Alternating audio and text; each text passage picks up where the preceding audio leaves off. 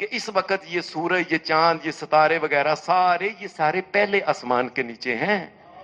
یہ پہلا آسمان ہے.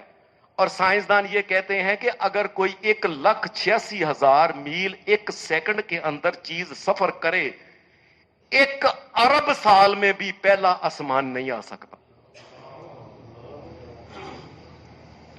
یہ جبرائیل علیہ السلام جو تھے اللہ کے فضل سے، یہ ان کی اڈاری شوں کیا، پہلا آسمان آ گیا.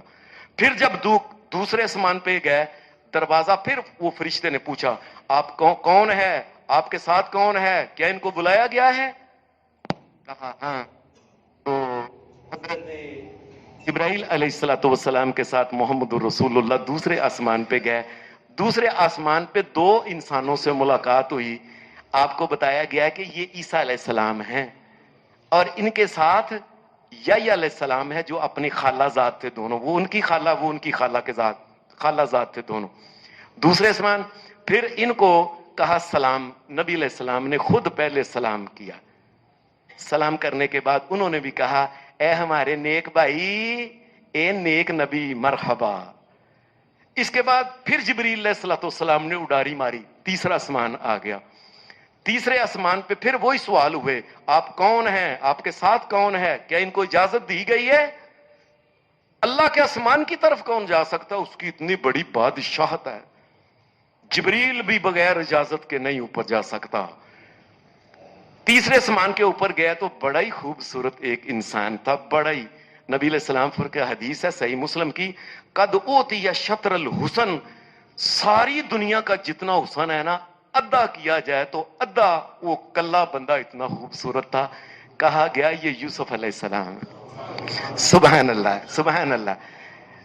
یوسف علیہ السلام کو نبی علیہ السلام نے سلام کیا.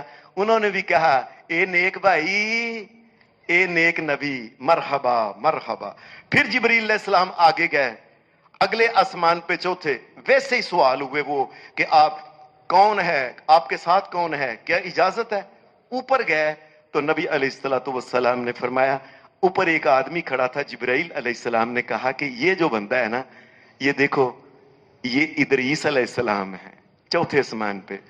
پھر 5ویں آسمان پہ ہارون علیہ السلام، 6ٹھے آسمان پہ موسیٰ علیہ السلام. موسیٰ علیہ السلام تو موسیٰ علیہ السلام سے جب سلام دعا ہوئی مبارک، انہوں نے کہی آگے چلے ہیں تو موسیٰ علیہ السلام جو ایسے نہ ان کی آنکھوں میں جس طرح آنسو آ جاتے ہیں نا.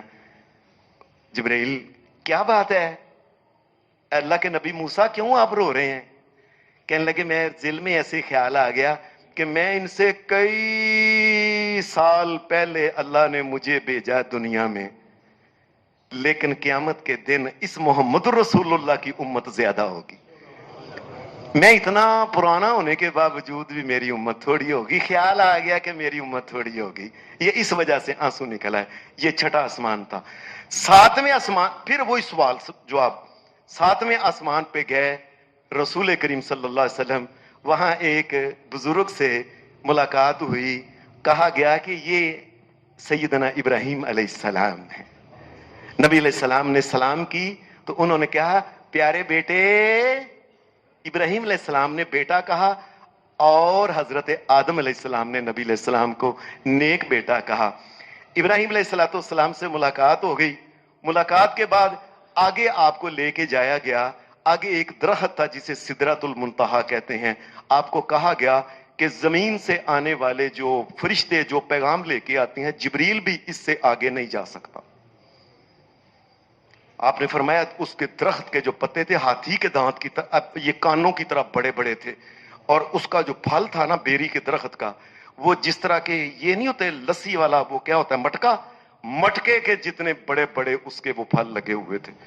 پھر نبی علیہ السلام کو آگے دکھایا اللہ کے گھر بیت اللہ کی طرح اوپر بھی ایک بیت اللہ ہے.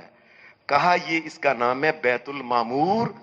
بالکل اللہ کے گھر کے بالکل اوپر، جس طرح یہ چورس ہے نا ویسے ہی وہ اوپر ہے. کہا یہ اوپر فرشتے اس کا طواف کرتے ہیں، فرشتے آتے ہیں نماز پڑھنے. اور اے میرے سونے نبی محمد الرسول اللہ، 70,000 فرشتہ روز آتا ہے. طواف نماز پڑھ کے جاتا ہے، پھر تا قیامت اس کی باری نہیں آنی، اللہ کے اتنے فرشتے. یہ بیت المعمور تک محمد رسول اللہ گئے، اس کے بعد پھر آپ کو جنت کی طرف لے کے جایا گیا. وصلی اللہ علی النبی. پھر بات آگے کریں گے.